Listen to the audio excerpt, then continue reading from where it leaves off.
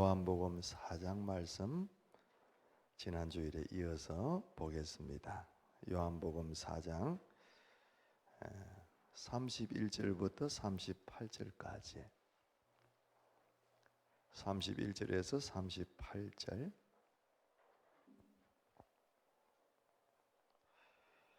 읽어가겠습니다. 그러는 동안에 제자들이 예수께 랍비님 자수십시오 하고 권하였다.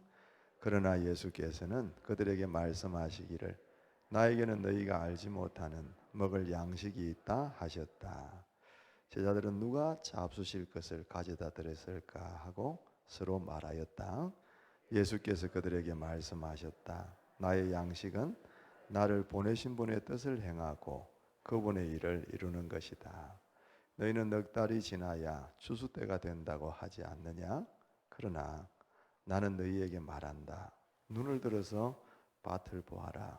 이미 곡식이 익어서 거둘 때가 되었다.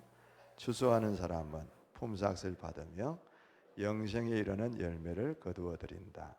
그리하면 씨를 뿌리는 사람과 추수하는 사람이 함께 기뻐할 것이다. 그러므로 한 사람은 심고 한 사람은 거둔다는 말이 옳다.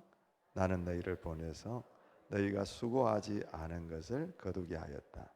수고는 남들이 하였는데 너희는 그들이 수고의 결실에 참여하게 된 것이다. 아멘. 아멘. 할렐루야. 네.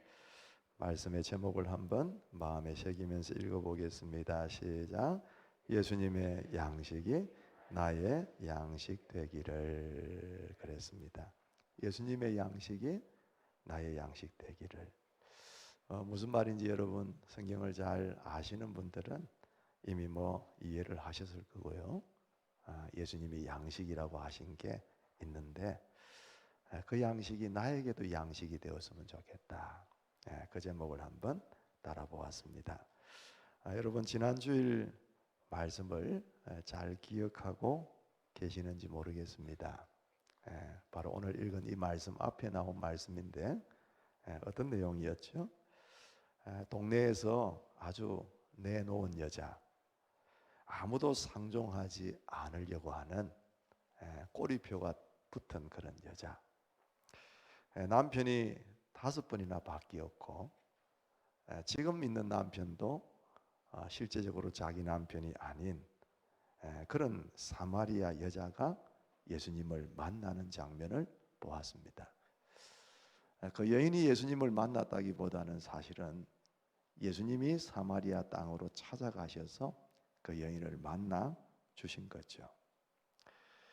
그래서 사람들의 눈을 피해서 떼약볕 때낮에 우물에 물 들어왔던 그 여자가 부끄러운 줄도 모르고 동네에 들어가서 와보라. 사람들이요 좀 와서 보라. 이분이 그리스도이신 것 같다. 와서 좀 만나보라. 그러면서 소리치면서 돌아다니는 그런 전도자가 되는 거예요. 그래서 그 동네 사람들이 예수님께 나와서 예수님을 만나고 얘기를 해보면서 이분이 그리스도 맞구나. 그 믿음을 갖게 되어지는, 그래서 그 마을이 영적으로 은혜롭고 완전히 바뀌어지는 역사가 있게 되어지는 거예요.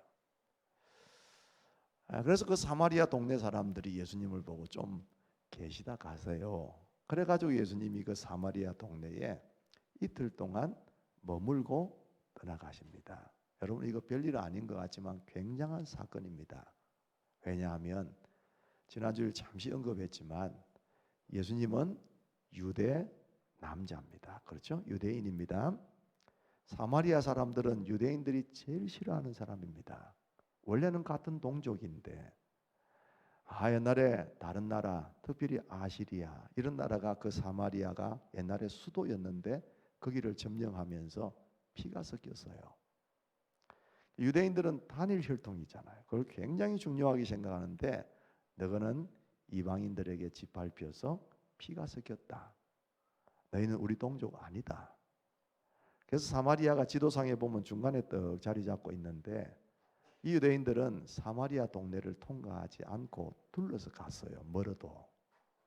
근데 그런 어떻게 보면 적대 간의 관계에 있던 굉장히 싫어하는 관계인 사마리아인의 동네에 예수님이 가셨다는 것만 해도 대단한 사건인데, 예수님이 이틀 동안 거기에서 머무셨다? 이런 일이 전례를 보기 드문 일입니다. 예, 이런 놀라운 사건이 일어난 걸 지난 주간에 우리가 보았어요. 자, 오늘은 그 말씀에 이어지는 부분으로서 뭐 2탄이다, 그렇게 한번 얘기를 해도 될 것 같습니다. 자, 이런 일들이 한바탕 벌어지는 동안에 예수님의 제자들은 뭐 하고 있었냐 한다면, 먹을 거 사러 마트에 갔어요. 우리 주변에 여기 뭐 큰 마트, 뭐 한마음 마트 이런 게 있는데, 뭐 쉽게 생각하면 예수님 이 우물가에 좀 쉬고 계세요. 우리가 가서 먹을 거 좀 가져오겠습니다. 얻어오고 사오겠습니다. 그래가지고 마트에 간 거예요. 그래서 음식을 사와서 예수님께 돌아와서 예수님 이것 좀 드세요. 시장하시죠. 그러면서 내놓으니까 예수님이 하시는 말씀이 아주 생뚱맞은 말씀을 하세요. 32절에 나오는데, 나에게는 너희가 알지 못하는 먹을 양식이 있다, 그렇게 말씀하시는 거예요. 제자들이 이상하죠. 아까 분명히 우리가 뭘 먹으러 사러 갈 때는 예수님 손에 아무것도 없었고 먹을 거라는 건 없었어요. 있었으면 그들이 뭐 사러 갈 이유가 없죠. 근데 없었어요. 근데 그동안 우리 다녀오는 동안에 누가 다녀갔나? 누가 예수님께 잡수실 걸 갖다 드렸나? 그러면서 수근거리고 의아해하고 그렇게 있으니까 예수님께서 그들에게 다시금 방금 말씀하였던 그 양식에 대해서 설명하시는 겁니다. 34절에 보니까 나의 양식은 나를 보내신 분의 뜻을 행하고 그분의 일을 이루는 것이다, 그렇게 얘기하는 거예요. 자, 여러분, 양식이 뭡니까? 양식, 우리가 뭐 양식이라는 말 잘 안 쓰죠. 음식으로 한번 대체를 해본다면 양식, 음식이 뭡니까?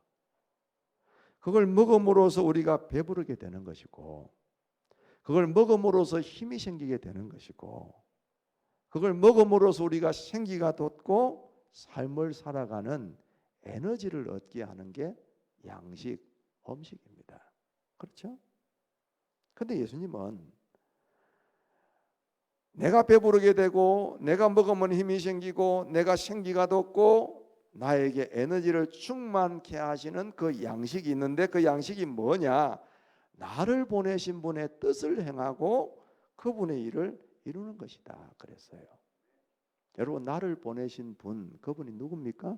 예수님을 보내신 분이 누구세요? 하나님이십니다. 그렇죠? 하나님의 뜻을 내가 행하고 하나님의 일을 이루게 될 때, 그때 나는 배가 부르고, 그때 힘이 생기고, 그때 생기가 돌고, 그때 나는 에너지로 충만하게 돼. 그 말씀을 지금 예수님이 하고 계시는 겁니다.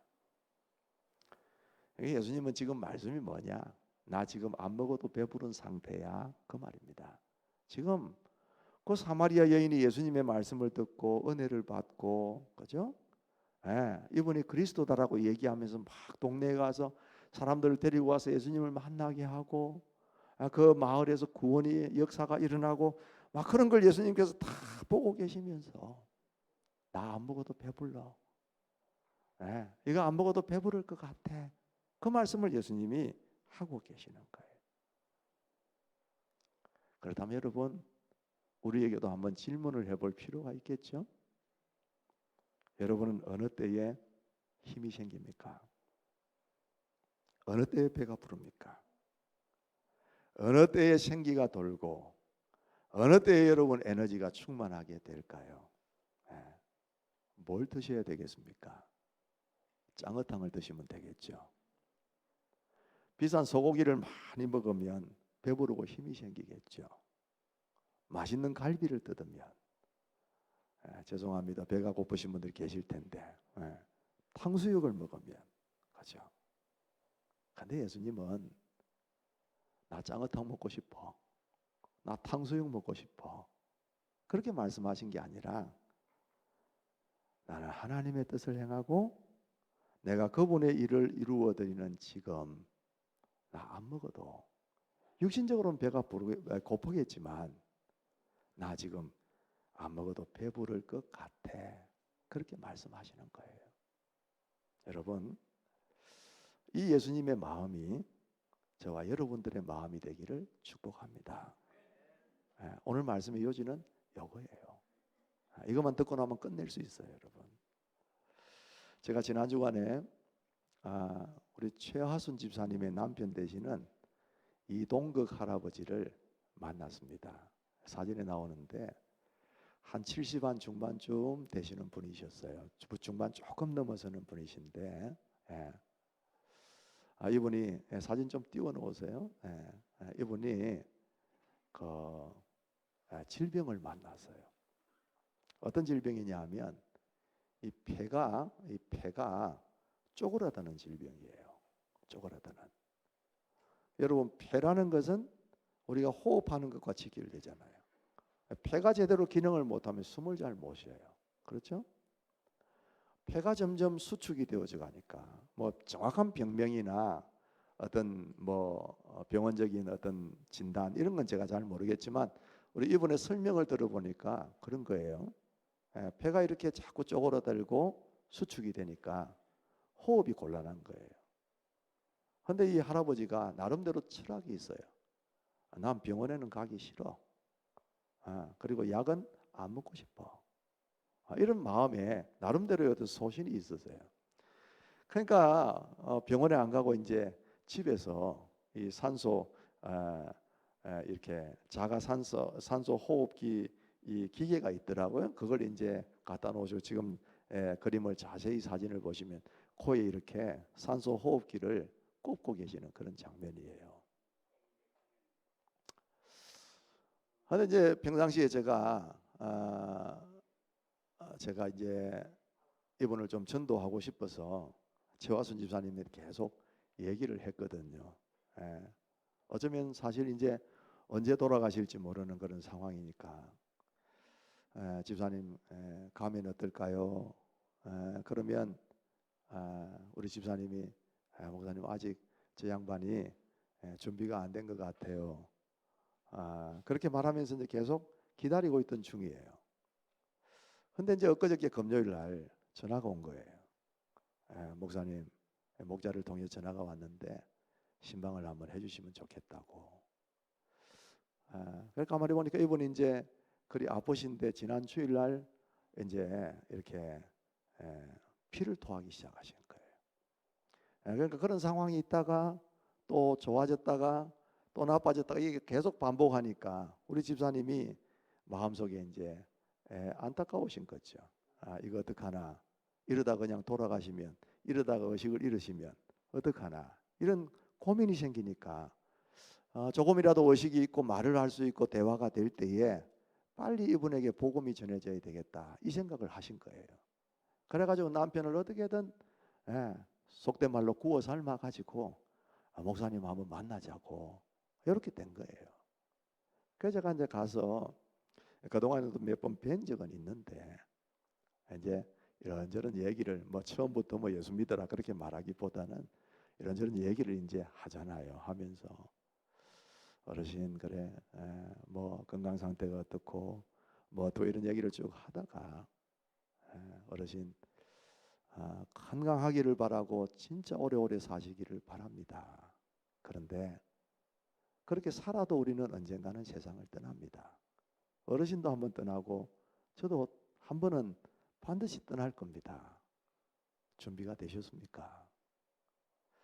어린아이가 엄마 뱃속에서 10개월 동안 있을 때는 이런 세상이 있을 줄 몰랐죠. 우리도 안 가봤기 때문에 우리가 죽고 나서의 세상을 우리는 잘 모릅니다.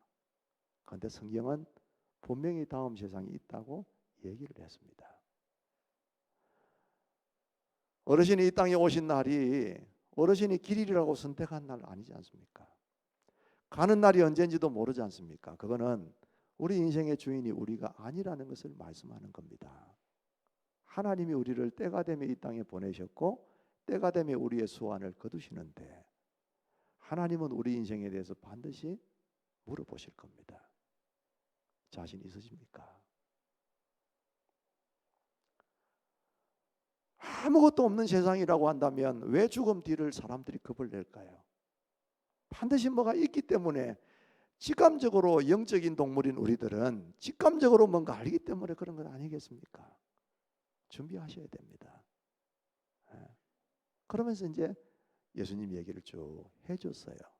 예수님이 우리 죄를 대신 지셨기 때문에 우리의 변호사가 되시고, 그분만 믿으면 하나님 앞에 가서 믿었다고 얘기만 하면 됩니다. 이런 얘기를 자꾸 이제 해드렸단 말이에요. 가만히 이제 얘기를 들어보니까 그거예요. 이 할아버지는 자기가 계속 이제 이 최하순 집사님 부인한테 미안한 거예요. 왜냐하면 지금까지는 보통 남자들이 대부분 그렇잖아요. 자기 마음대로 사는 거예요. 그냥. 심지어는 내가 마음대로 살려고 할 때에 이 부인이 걸거적거리니까 이 부인하고 이혼할 생각까지도 했대. 그 정도로 자기 마음대로 산 거예요. 그런데 아프고 나서 보니까 이런 부인이 없더라는 거예요. 그래서 너무너무 미안하고 죄송하고 사랑스럽고 뭐 제 앞에서 막 그런 고백들을 막 하시면서 잠시만 안 보이면 이제 도망갔나 싶어가지고 겁이 나고, 그래서 전화해 보면 교회에서 기도하고 있다 그렇고, 내가 그렇게 내 마음대로 살고 부인 마음 아프게 하고 망나니처럼 살았는데 이 부인은 나를 위해서 기도해 주고 있고, 이런 마음이 드니까 이분이 말은 안 하는데 제 마음속에 드는 생각이 뭐냐 하면, 이분이 이제 언제 돌아가실지 모르니까 이런 사랑스러운 부인 내 평생 애먹였는데 마지막 소원이라도 한번 들어주고 갔으면 좋겠다. 아마 그 마음인 것 같아요. 그래서 목사님 오시라고 하고 싶어 하니까 제 양반 말을 들어서 내가 한번 들어줘야지, 이래가지고 이제 저를 오라고 한 것 같아요.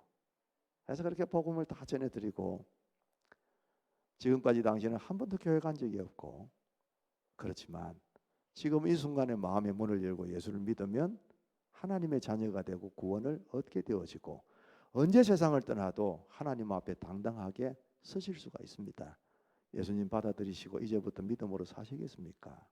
그렇게 하겠다고 말씀하셨어요. 그리고 기도하고 기쁜 마음으로 그분에게 얘기를 하면서 제가 그렇게 신신당부했습니다. 어르신, 지금까지는 어르신이 주인이 되어서 인생을 마음대로 살았지만 이제 어르신은 하나님의 자녀가 되었기 때문에 하나님이 기뻐하시는 삶을 살아드려야 됩니다. 앞으로 남은 인생이 얼마나 될지 모르겠지만 이제는 어떻게 하면 하나님을 기쁘시게 할까? 하나님의 마음에 들까? 이 생각하면서 사셔야 됩니다. TV를 하나 트셔도 연속극 보려고 생각하지 마시고 CT에서나 CB에서나 기독교 방송 틀어놓고 계속 말씀 들으시고 은혜 받으면서 사셔야 됩니다. 그리고 가만히 앉아 계시지 말고 성경책 요한복음부터 펴셔서 말씀 읽으시고 그렇게 사시기를 바랍니다. 오늘 혹시 이해 못한 거 있으면 다음에 제가 와서 다시 설명해 드리고 말씀드릴 테니까 제가 가끔씩 올 테니까 그렇게 하고 계십시오. 그렇게 얘기를 해드렸습니다. 그래요, 여러분. 우리가 예수님을 영접하고 믿는 순간부터 바뀌어져야 될 게 참 많지만 진짜 우리의 내면적인 세계 속에 바뀌어져야 되는 게 뭐냐 하면은 그때부터는 내가 인생의 주인이 아니라는 걸 알았기 때문에 하나님이 원하시는 삶, 오늘 예수님의 말씀을 빌리자면 그 하나님의 뜻을 이루고 하나님의 일을 이루어드리는 삶으로 바뀌어져야 된다는 것입니다. 여러분들이 예수님을 처음 믿었던 그 순간으로 한번 돌아가 보세요. 정말 예수님을 인격적으로 만난 분이시라면 그때 어떤 마음이 드셨어요? 하나님이 원하시는 것은 내가 다 해드리고 싶다라는 생각이 기쁨으로 들지 않으셨어요?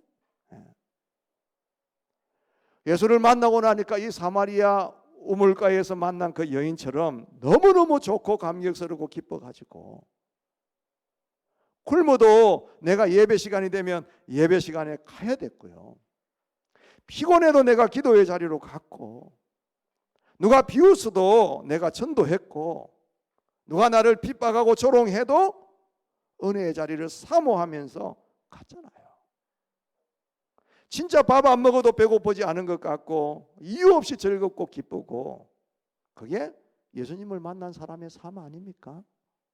여러분 처음 안 그러셨어요? 다 그러셨잖아요.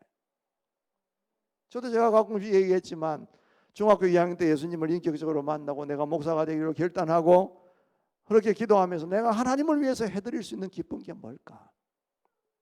지금 당장 할 수 있는 게 뭘까? 생각해 보니까 누가 가르치지 않고 말하지 않고 해라고 얘기하지도 않았는데 예배를 드리고 싶더라고. 그래서 어른 예배 때 가가지고 앞자리에 제일 앞에 앉아가지고 우리 장수구 집사님 앉아있는 자리에서 중학교 2학년짜리가 교복 입고 막 까까머리하고 그러면서 예배를 드렸던 기억이 있어요. 여러분들도 다 그런 경험들이 있으실 거예요. 그런데 지금은 어때요? 여전히 그러십니까? 감격이 있고 기쁨이 있고 눈물이 있고 감사가 있고 찬양이 있고 그러시냐 말이에요. 안 그러신 분들 많죠. 그 시절을 그리워하면서 그때는 좋았는데 그러면서 사시는 분들 많죠. 여러분 왜 그럴까요? 왜 그럴까요? 하나님의 뜻대로 살지 않고 하나님의 그 뜻대로 살고 싶은 욕구, 거룩한 욕구는 사그러들면서 다시 내 육신의 삶이 내 삶의 중심에 자리 잡기 시작하면 그런 현상이 일어나기 시작하는 거예요.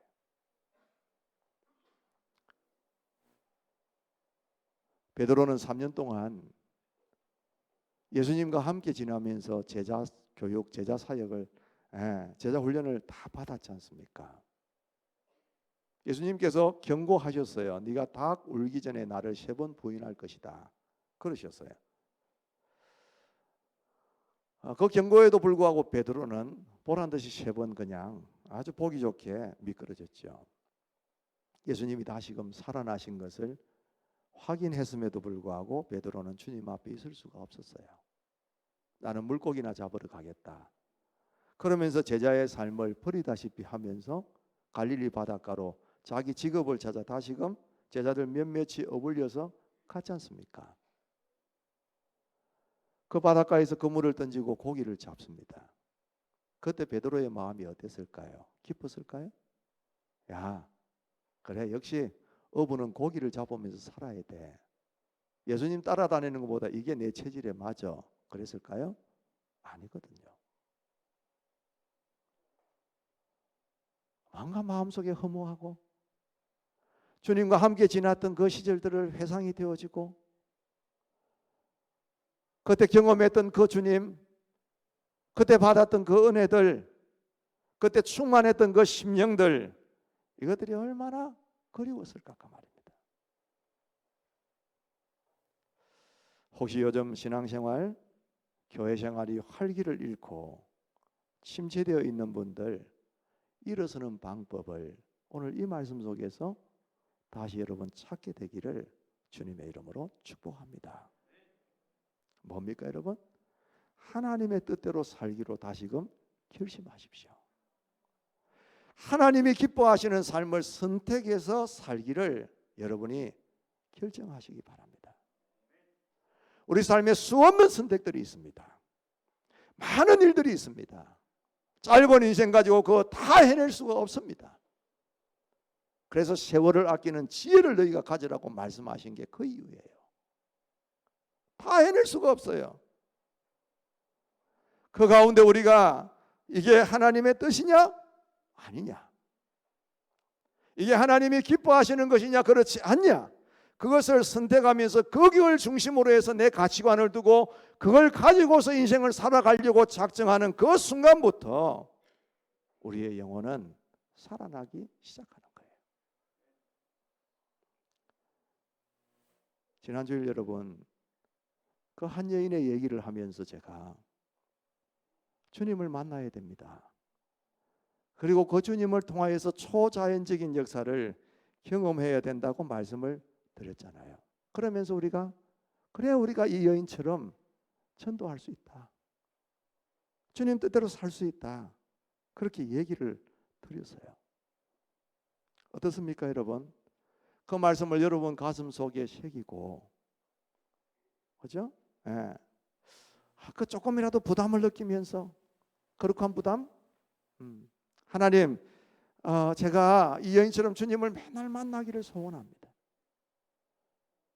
주님과의 만남 속에서 주님이 이루시는 그 초자연적인 귀한 역사들을 세밀하게 작은 것일지라도 내가 경험하면서 살기를 원합니다. 그런 마음을 여러분 마음속에 조금이라도 안고 사셨는지 모르겠어요. 목사님이 예배 시간에 설교를 왜 할까요, 여러분? 여러분 왜 설교를 듣습니까? 예배의 한 순서 가운데 목사님이 설교하는 순서가 있으니까 당연히 그걸 들어야 된다. 그 시간은 반드시 있어야 되기 때문에 그렇습니까? 여러분 구약시대에 모세를 통하여 하나님께서 말씀하셨고, 여호수아를 통해 말씀하셨고, 또 많은 선지자나 많은 예언자들을 통해서 말씀을 하셨어요.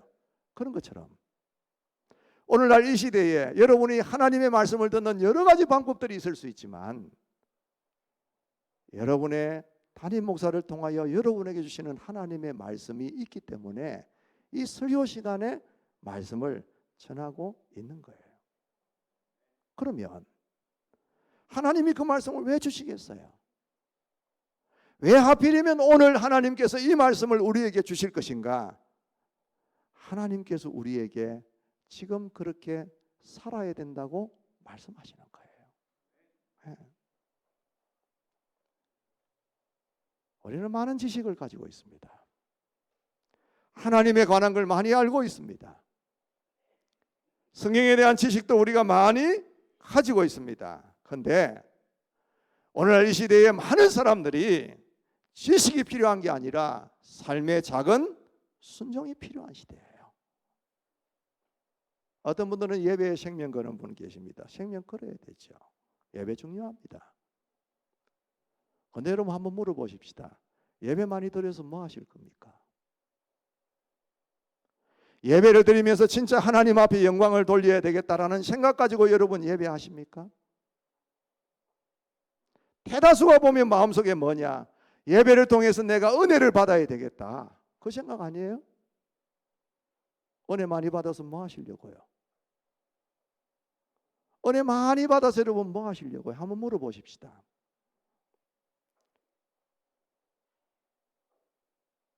요즘 다니엘 기도회가 계속되고 있죠.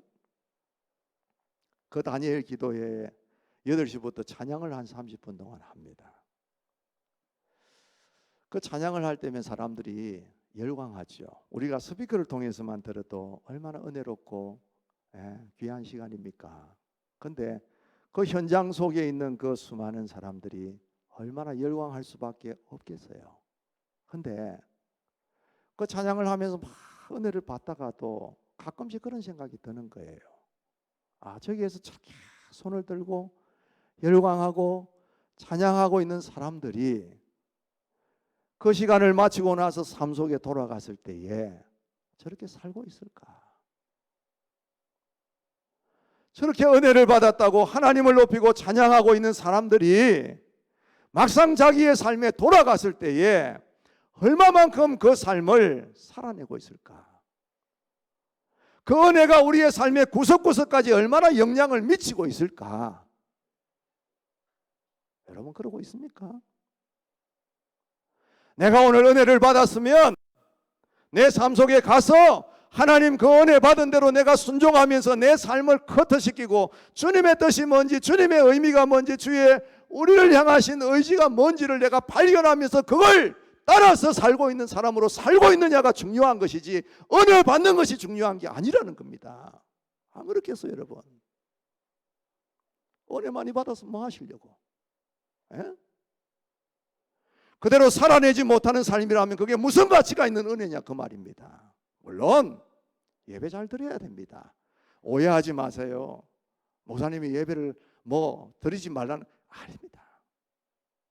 은혜 받아야 되기 때문에 다니엘 기도회로 오시라 그러고, 은혜 받아야 되기 때문에 기도하라 그러고, 은혜 받아야 되기 때문에 예배드리고 성경 읽으라고 주야장창 얘기하지 않습니까? 중요한 것은 뭐냐? 은혜 받아서 뭐 할 거냐 그 말입니다. 하나님이 은혜를 주실 때는 왜 주십니까? 네가 은혜 받은 그 힘을 가지고 내가 너에게 살아라고 원하는 그 삶을 좀 살았으면 좋겠다. 그게 하나님의 음성이라는 것을 여러분 받아들이셔야 된다는 겁니다. 세상은요, 아는 것이 힘이라 그랬습니다. 그런데 신앙은 아는 것이 힘이 아니라 사는 것이 힘입니다. 살아내는 게 힘입니다. 하나님의 뜻인 줄 알았으면, 하나님의 말씀인 줄 알았으면, 하나님 그 말씀대로 내가 오늘 부족하지만, 내가 약하지만 주님이 원하시는 게 그거라면 내가 한번 살아보겠습니다. 그게 우리의 결심이 되어야 되고 각오가 되어야 된다는 것이죠. 한번 따라해 보시겠습니까? 아는 것이 힘이 아니라 살아내는 것이 힘입니다. 동의가 되시면 아멘 하십시다. 살아내셔야 돼요. 발버둥 치셔야 돼요. 저도 그래야 되고 여러분도 그래야 돼요. 라디오는 주파수를 딱 맞춰야 선명한 소리가 나지 않습니까? 하나님의 마음과 뜻에 내 삶을 함께 실을 때에 삶의 의미가 생겨나고 영적 활력이 생겨나야 돼요. 우리 예수님이 그렇게 사셨기 때문에. 하나님의 뜻이 뭡니까 여러분? 하나님의 바라는 소원이 뭡니까? 디모데전서 2장 4절 말씀 많이 있겠지만 가장 중요한 하나님의 뜻, 하나님의 의지, 하나님의 소원, 디모데전서 2장 4절 말씀 여러분 노트에 있죠? 같이 한번 큰 소리로 읽어보겠습니다. 하나님께서는 시작. 하나님께서는 모든 사람이 다 구원을 얻고 진리를 알게 되기를 원하십니다. 그러셨어요. 물어보십시다. 전도해야 되겠어요? 안 해야 되겠습니까?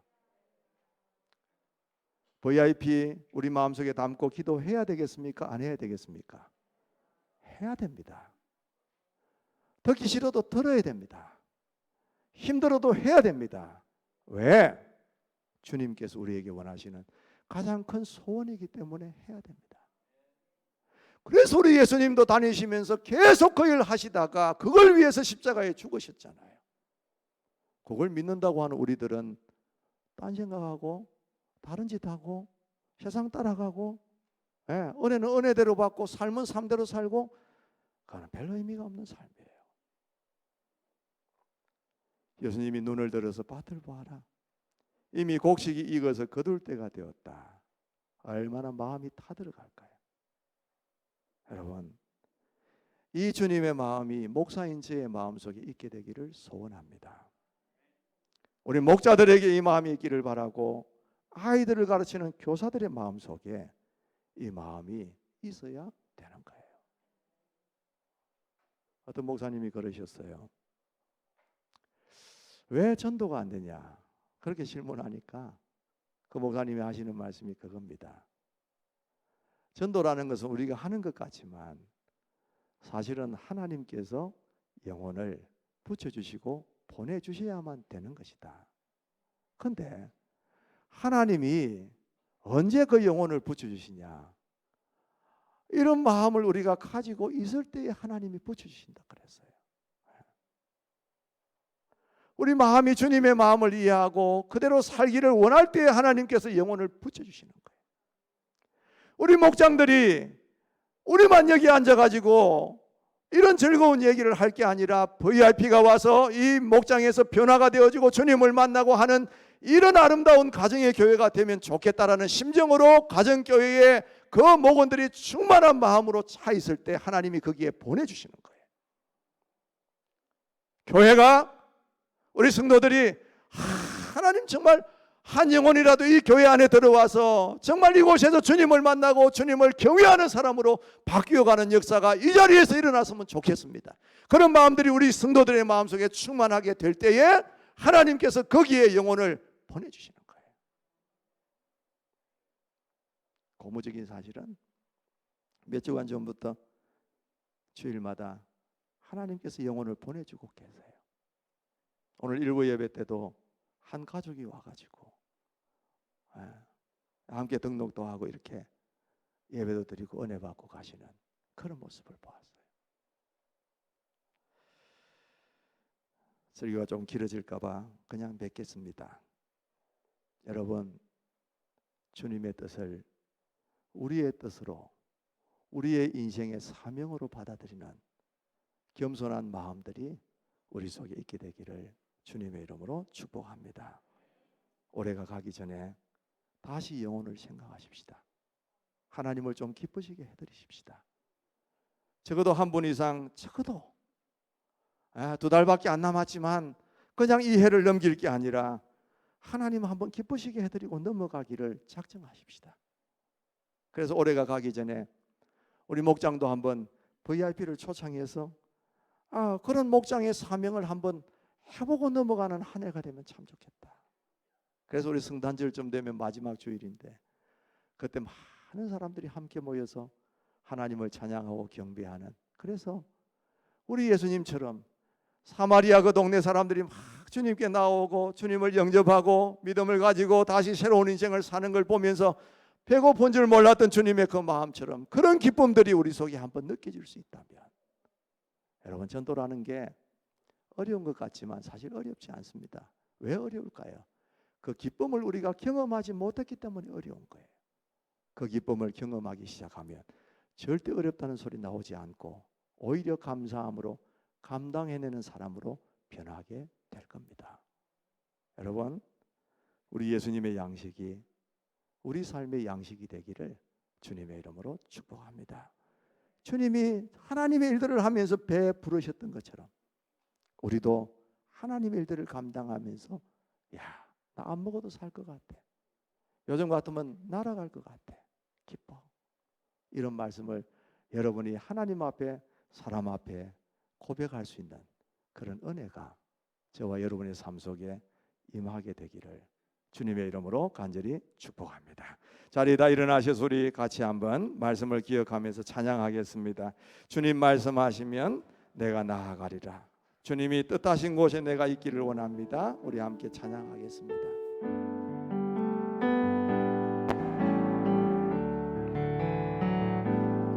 주님 말씀하시면 내가 나아가리라. 주님 뜻이 아니면 내가 멈춰서리라. 나의 가고서는 것 주님 뜻에 있으니 오 주님 나를 이끄소. 주님 말씀하시면 내가 나아가리라. 주님 말씀하시면 내가 나아가리라.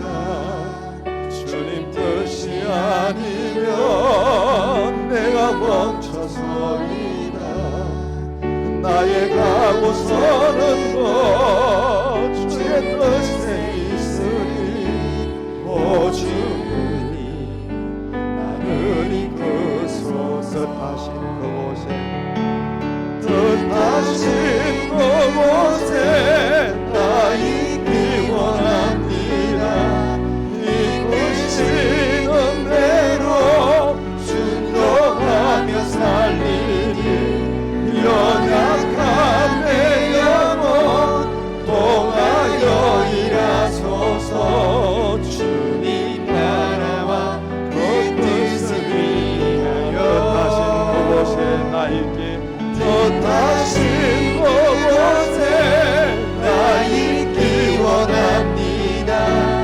연약한 대로 순종하며 살리니 연약한 내 영혼 통하여 일하소서.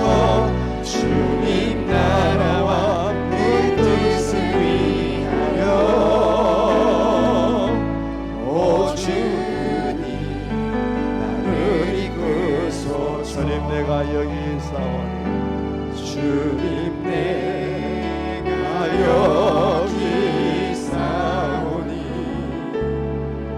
나를 보내소서. 나의 맘 나의 몸 주께 드리오니 주 받으옵소서. 주님 내가 여기 있사오니 주님 내가 여기 있사오니 나를 써주십시오. 나를 써주소서. 가진 것 모두 다 주께 드리오니 주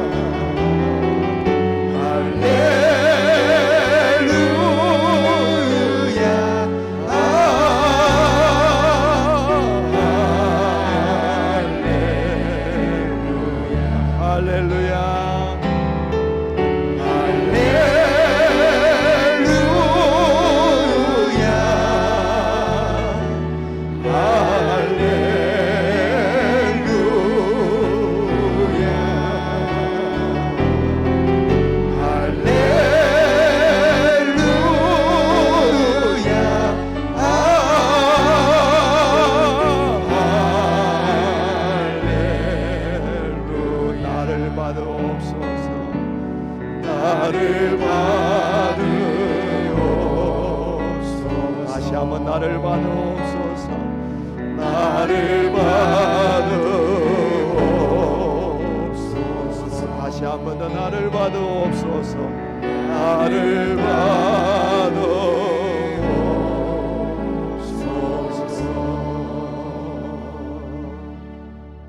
여러분 다 같이 말씀을 기억하면서 한 2분 동안만 기도하셨으면 좋겠습니다. 여러분의 삶을 이끄는 게 뭡니까? 하나님의 뜻입니까? 아니면 내 야망이고 내 뜻입니까? 내 뜻대로 살아간다면 끝에 결코 남는 게 없을 겁니다. 주님 뜻대로 살아가면 모든 게 주님 앞에 그대로 남게 될 줄 믿으시기 바랍니다.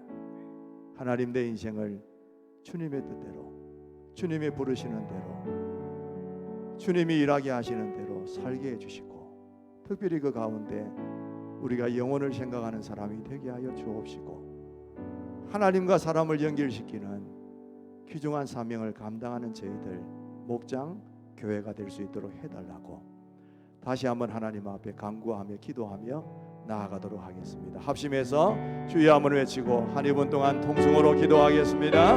주여, 자비로우신 우리 하나님 아버지, 은혜를 감사합니다.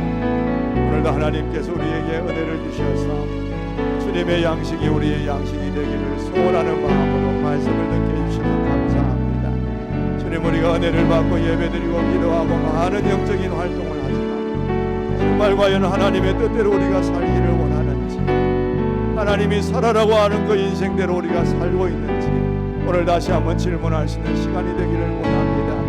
우리의 삶이 주님의 뜻에 얹혀서 함께 갈 수 있는 귀한 삶이 되기를 간절히 소원합니다. 열심히 살았는데 끝에 가서 아무것도 남지 아니하는 삶이 되지 않기를 원합니다. 주님, 나에게 살아라고 하시는 삶을 살게 하여 주셔서 반드시 남는 삶, 하나님 앞에 칭찬받는 삶, 정말 하나님이 보실 때 성공한 삶, 주여 주님이 인정하시는 귀한 삶을 살아드릴 수 있도록 주님 우리를 붙드시고 역사하시고 축복하여 주시기를 간절히 바라옵고 소원합니다.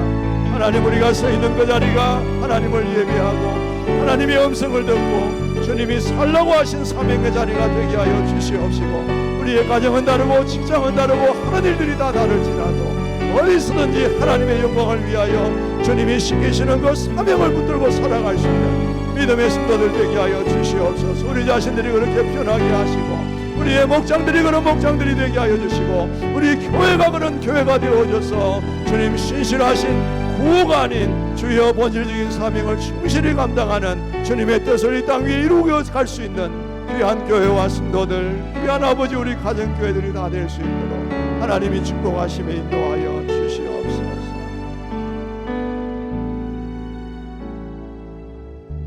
하나님 아버지 간절히 기도합니다.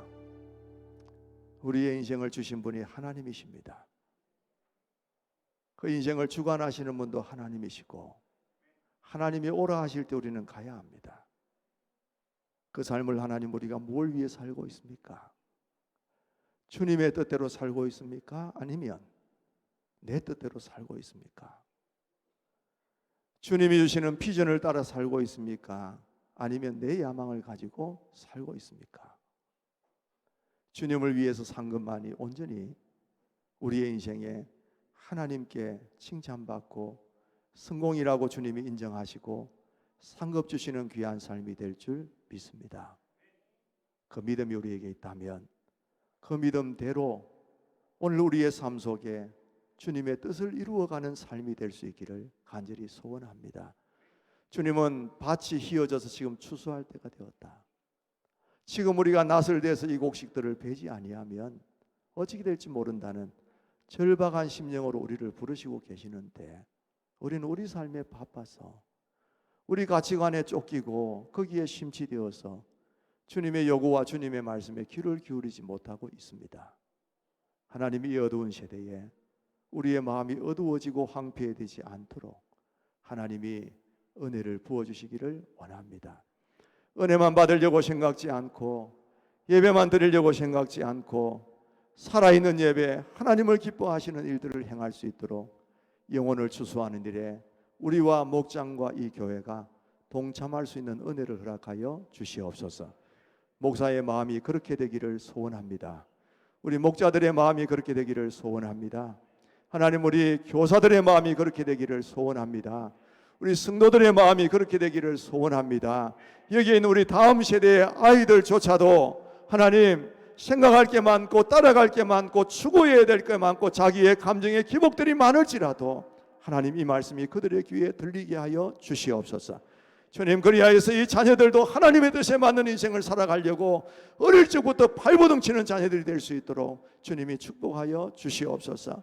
우리의 인생의 형통과 하나님 축복이라는 것은 우리가 스스로 걸머질 수 있는 게 아니라 하나님이 주셔야 된다는 것을 깨닫게 하여 주셔서 우리 다음 세대들 정말 하나님의 축복 가운데 거하는 형통한 세대들 되게 하여 주시옵소서. 하나님, 우리 각 가정들을 기억하시고 또 우리 아픈 병자들을 기억해 주옵시고 예수 이름에 권세가 있는 줄 믿습니다. 우리는 능력도 없고 힘도 없지만 나사렛 예수 이름으로 명할 때에 깨끗하게 낫게 되게 하여 주시옵소서. 주여, 기도의 능력이 우리 눈에 보이게 하여 주시옵소서. 하나님에 관하여서 들은 얘기를 전달하는 것이 아니라 하나님을 보여주는 저희들의 삶이 되게 하여 주시옵소서. 하나님, 경제적으로 어렵고 하나님 이런저런 어려움 때문에 하나님 앞에 눈물로 기도하고 노심초사하고 주님만을 바라보고 있는 성도들이 있습니다. 주님, 이런 모든 상황들도 하나님 하루아침에 뒤엎어설 수 있는 분이 전능하신 하나님이신 줄 믿습니다. 주님, 우리는 주님의 일들을 감당할 때 하나님이 우리의 일들을 감당해 주셔서 주님, 감사한 소식들이 많게 하여 주시옵소서. 하나님, 이번 한 주간 동안도 다니엘 기도회를 통하여서 이제 막바지 다시금 힘을 얻게 하여 주시옵시고 주님, 우리 각자가 하나님의 음성에 귀를 기울이며 우리의 삶을 주님의 뜻에 주파수를 맞추고 살아가는 귀한 한 주간을 살다가 또 한 예배하기 위하여 함께 모였을 때는 더 뜨거운 마음으로 준비된 마음으로 평상시에 예배자의 심령을 안고 와서 주님 앞에 크게 예배할 수 있는 복된 성도들이 되게 하여 주시옵소서. 주 예수 그리스도의 은혜와 하나님 아버지의 무한하신 사랑하심과 성령님의 교통하심이 역사하시며 인도하심이 이 자리에 있는 우리 온 성도들 머리 위에 그들의 가정과 생업과 자손 만대 위에 이제로부터 영원토록 함께 있을지어다. 아멘.